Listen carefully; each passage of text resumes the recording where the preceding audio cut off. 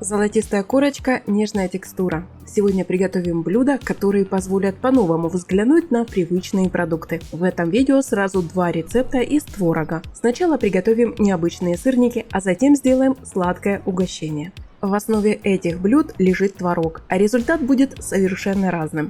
Для первого рецепта возьму отварные куриные яйца. Их нужно отварить заранее, чтобы они успели остыть. Нарезаю их. Можно и натереть на крупной терке. Эта добавка делает текстуру более плотной и сытной.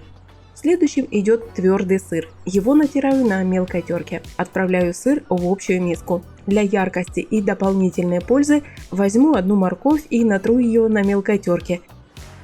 Добавление моркови не обязательный шаг. Его можно и пропустить.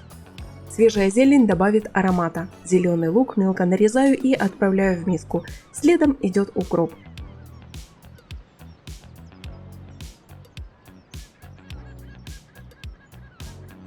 Теперь добавляю 2 яйца для связки, немного перца, соль и совсем щепотку сахара для баланса вкусов. Что касается муки, то здесь понадобится примерно 3 столовые ложки. Количество муки зависит от того, насколько влажный у вас творог и насколько сочная попалась морковь. Если масса кажется слишком жидкой, можно добавить еще ложку. Перемешиваю все ингредиенты. Из полученной массы формирую одинакового размера шарики, а затем слегка приплескиваю их, придавая форму. Панировать сырники не буду, они и так держат форму. Выкладываю заготовки на тарелку. Разогреваю растительное масло на сковороде. Кладу сырники на сковороду.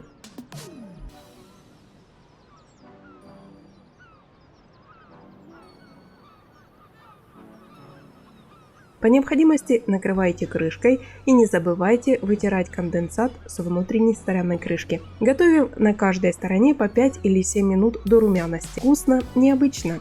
Попробуйте приготовить и обязательно напишите, как вам рецепт. А если любите вкусовые контрасты, попробуйте их с медом или вареньем.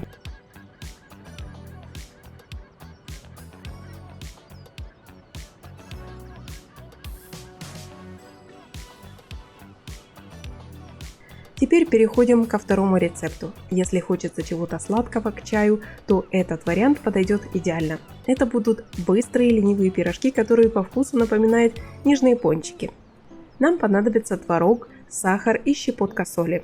Если творог попался зернистый и неоднородный, для нежного теста лучше придать ему более мягкую текстуру. Для этого достаточно просто размять его вилкой или протереть через сито, если есть время. Добавляю яйцо. Для воздушности и пушистости теста берем соду. Чтобы она правильно сработала, добавляю ее в сметану, перемешиваю и потом отправляю в общую массу. Пока занимаемся тестом, не забудьте поделиться этим видео с друзьями. А в описании и в конечных заставках вас ждет плейлист, который так и называется «Блюда из творога». В нем есть разные интересные, простые рецепты. Теперь постепенно добавляю просеянную муку, как и в первом случае. Ориентируйтесь на консистенцию. Мука ведет себя по-разному, в зависимости от марки. Тесто должно получиться эластичным. Для равномерного приготовления придаю творожным палочкам одинаковую форму. Можно сделать так. Сначала разделить все тесто на 4 равные части. Для удобства лучше слегка смазать рабочую поверхность растительным маслом. Каждую часть раскатываю в аккуратную колбаску и делю ее сначала напополам, а потом еще на 2 части. Смешиваю сахар с молотой корицей.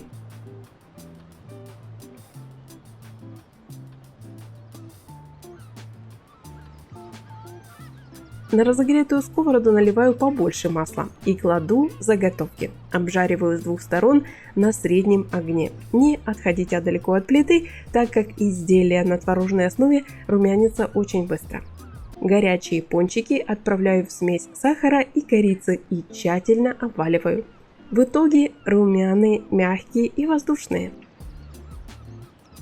Кстати, такие творожные пончики можно кушать с любыми добавками. Сгущенным молоком, ягодными соусами, карамелью или шоколадом.